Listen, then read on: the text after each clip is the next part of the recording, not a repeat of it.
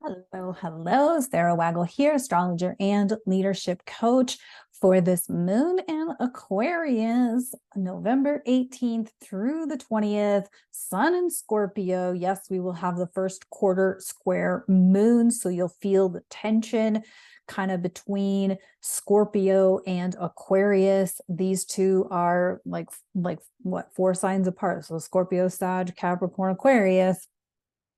So Scorpio sun is fixed water, right? So it brings the in-depth emotion, the merging, the the psychoticness, paranoia, and all those sorts of things to the table. And then Aquarius is intellectual, but it's also the deep investigative type, right? Aquarius wants some answers, but it doesn't give a shit how you feel about it. Aquarius does not. And even with the moon here, the moon tries to bring some emotion to Aquarius, but Aquarius is like, nope, I just want to just give me the facts. So you have this tension between the two. Is this a time to be emotional, or is this a time to check your emotions and be in touch with the facts and your intellect? And I think the tarot speaks for itself. We have the world upright, the galaxy, and I think this is very important. It's perfect because with Aquarius, you have to think sky's the limit, right? Like Aquarius is intellectual, it's future oriented, it's communities, it's resource, it's groups, communities, but it's future thinking, kind of alien, kind of mysterious in that way. But it's thinking outside the, gosh, I'm thinking of like the Doctor Who TARDIS, right? Like if you think about the TARDIS, it's bigger on the inside, right? There's like endless possibility. And I think that's what we're kind of being guided to really feel into, like I said, with the moon in Capricorn, is feel into the fact that there's limitless possibilities, that there's limitless resources, there's limitless support, there's limitless abundance, all of these things. But it's also an opportunity for you to kind of dig back into your archives and think about what all you've been through thus far in life, or just in the past few months, or whatever, right? Like, this has been maybe it's been a rocky road for you, but you've made it through it. You're still here. You're still here listening to me talk today about this moon in Aquarius.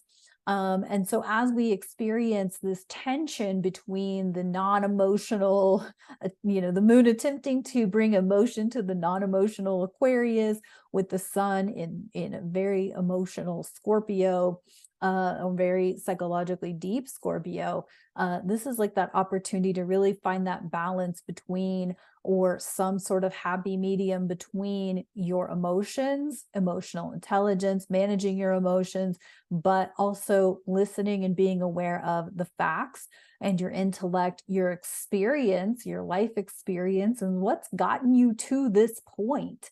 And if you're happy or satisfied with the point that you're at now, great, wonderful, keep going to the next level. But if you're not satisfied, like, damn, I really wish I hadn't let so-and-so, or what's its name, or whatever circumstance hold me back from doing the thing I wanted to do. I really wanted to do that thing, but I was like, I'm too afraid of this, I'm too afraid of that. Those are the places to go and check yourself. Or track yourself, however you'd like to use that word.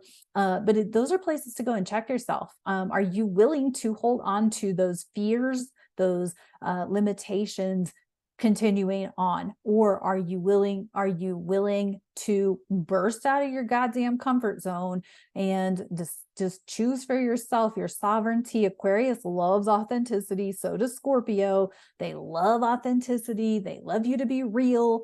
And really soar and go where you want to go and do what you want to do, checking in with that sovereignty. We're at the end of this Scorpio season with this first quarter moon square, and as we move forward, the sun's going to move into Sagittarius. And so as the sun completes its journey in Scorpio, when we get into these latter degrees of any sign, each sign has 29 degrees, well, I guess 30, 0 to 29, but when we get into these 25, 26, 27, 28 degrees of a sign, the energy intensifies, because it's like, what the hell did you learn? Are you willing to repeat that same shit again? Or are you going to take what you've learned and open up these doors to something new? The beauty of Aquarius right now is we're heading into Pluto in Aquarius in early 2024. We had a dose of that earlier this year, but we're getting it again. And by the end of 2024, we're going to be in full on Pluto in Aquarius. So we're heading into a lot of this Aquarian energy. Aquarius loves you to be you, unique, authentic, all of those things, what satisfies you, what lights you up.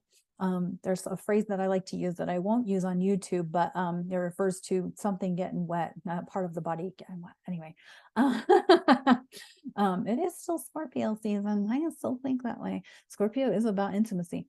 But it's what are the things that, like, light you up in an intimate way? There we go. We'll use that that verbiage to keep the powers that be from flagging my content. But anyway, Aquarius loves you to be lit up. It loves you to be fired up. It loves you to be attractive in those ways. And so think about that as we move through this November 18th through the 20th with this moon in Aquarius. And that's what I got for you on this video. And I'll talk to you next time. Of course, you can check the links below. We'll be working on those Gemini full moon sun signs. So if they are up and going by the time this video airs, the link will be below. So you can always check these videos, these moon astrology videos, to see if I've gotten those up yet. Cause I don't know. I don't have like a set date when I do those. I try to get them a week ahead of time, and that moon peaks on the 27th. But I will be traveling around the 27th. So I'm going to try and get them done early, which means they could be already up, or they could be up like shortly after this video airs. So anyway, my point is, check the links below. You can also book a reading with me if you want to know your basic big three, your sun, your moon, your rising, or if you want an in-depth, like how are these new and full moons and other transits affecting me? I can do a full write-up for you. Currently only doing write-ups, hoping to add consultations very soon. Kind of just waiting for some things to stabilize in my own world. Uranus opposition in full effect. And so anyway, but check the links below, follow me on socials, all of the things. Talk to you on the next video. Bye.